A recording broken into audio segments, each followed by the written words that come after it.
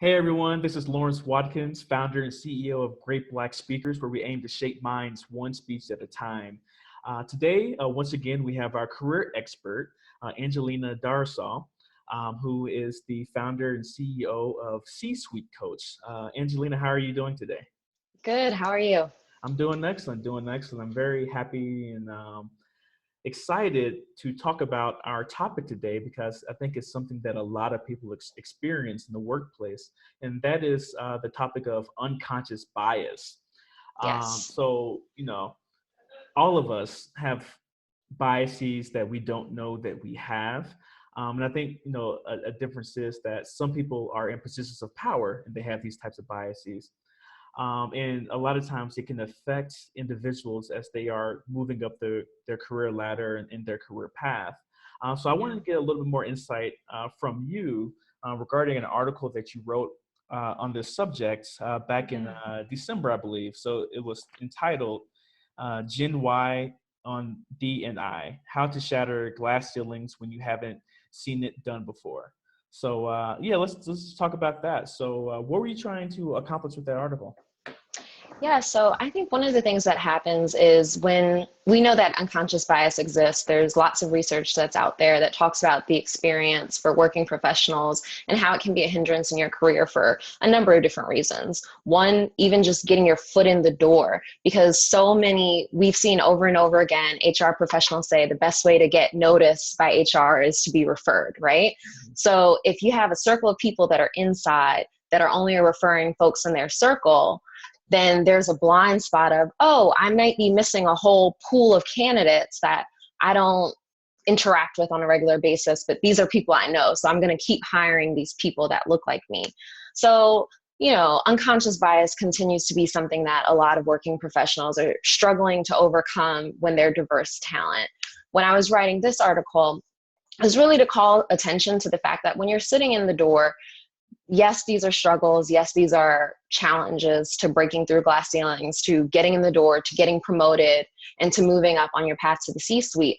But you can break through and shatter some of these glass ceilings with a few strategic plays over the course of your career.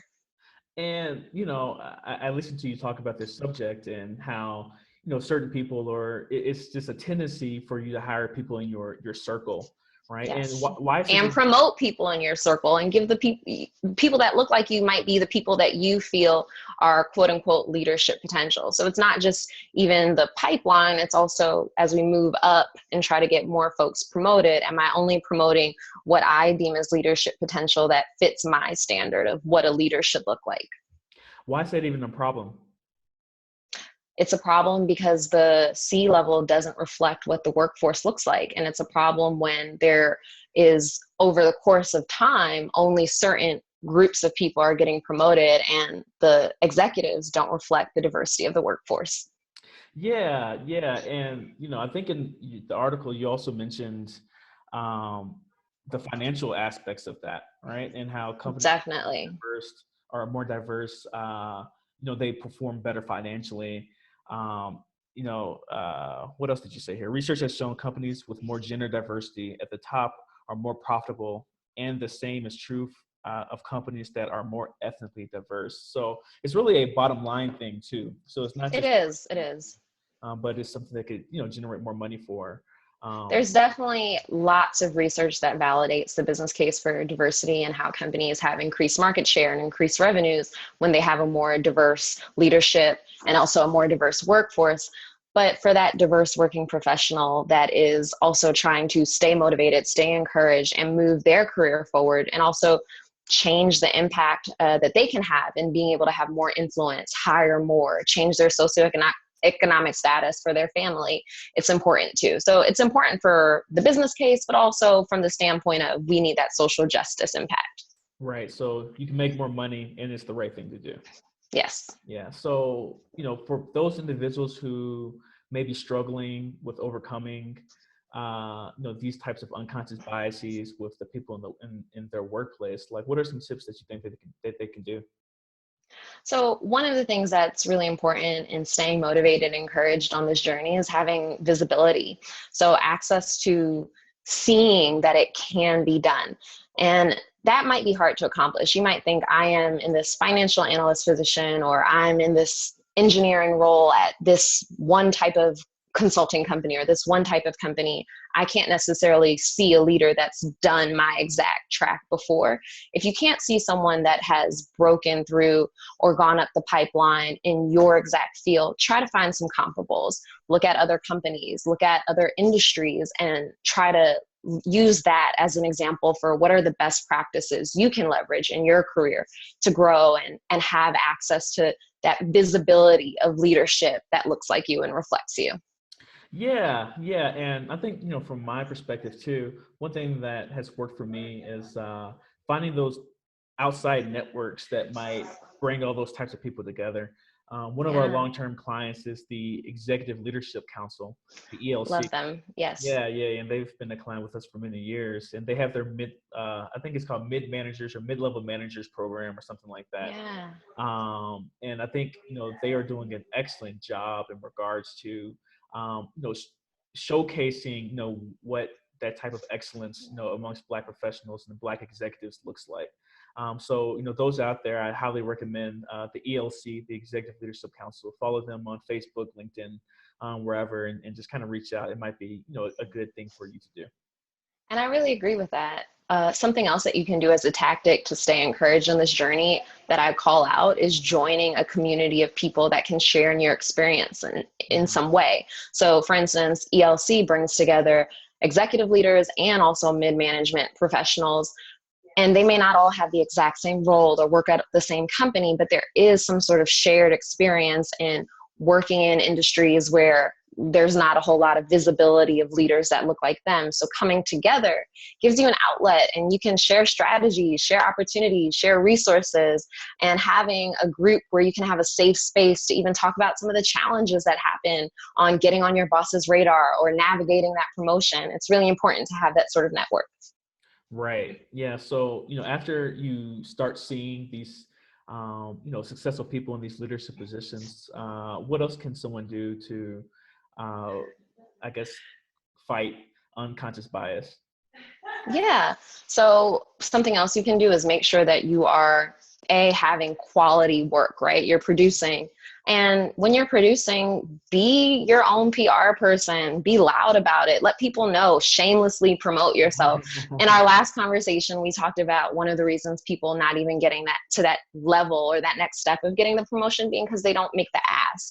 So in addition to doing things like putting yourself out there and making the ask, it's also about making sure that people are really clear on the value that you're providing for your business. When you're in elevators and you see C-level executives or managers, supervisors, making sure, hey, these are some of the things I'm working on.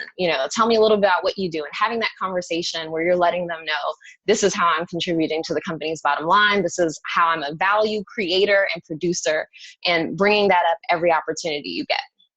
Yeah. Yeah. I think people have a hard time with self promotion. It's hard, It, but these aren't meritocracies, right? So yeah. you have to play the game, and you have to people have to know what you're doing. You can't just be a quiet workhorse in a corner. hmm hmm Yeah, yeah, and someone who is in the, I guess, branding and marketing field with great Black speakers and the other companies that I'm involved with. It's even hard for me to do a lot of self promotion, Yeah. but I guess it's the necessary evil. Sometimes, Well, sometimes. don't call it an I evil, know, I know, Lawrence. I It's know. definitely It's not not an an evil. evil. It's not. It's a necessarily something you should take joy in and pride in. This it, is your work. This is your contribution in your career. it is, and I think even like someone like myself who has been successful with promotion and marketing. I'm an engineer, the quote unquote stereotypical engineer by training and by Yeah. personality. So, for those of you who are struggling with that self promotion tip, I think just practice, practice, practice is a good way to kind of get over that hump as well. But it's definitely Absolutely. necessary when you want to change the psychological makeup of individuals in terms of how they view you and view your work, so you can continue to support your family and grow in your professional career. Yeah, and as you're practicing, you can try different things and find the comfortable way for you to share that really works for you and your personal style, but you have to share. Right, right. So, what would you say is number three?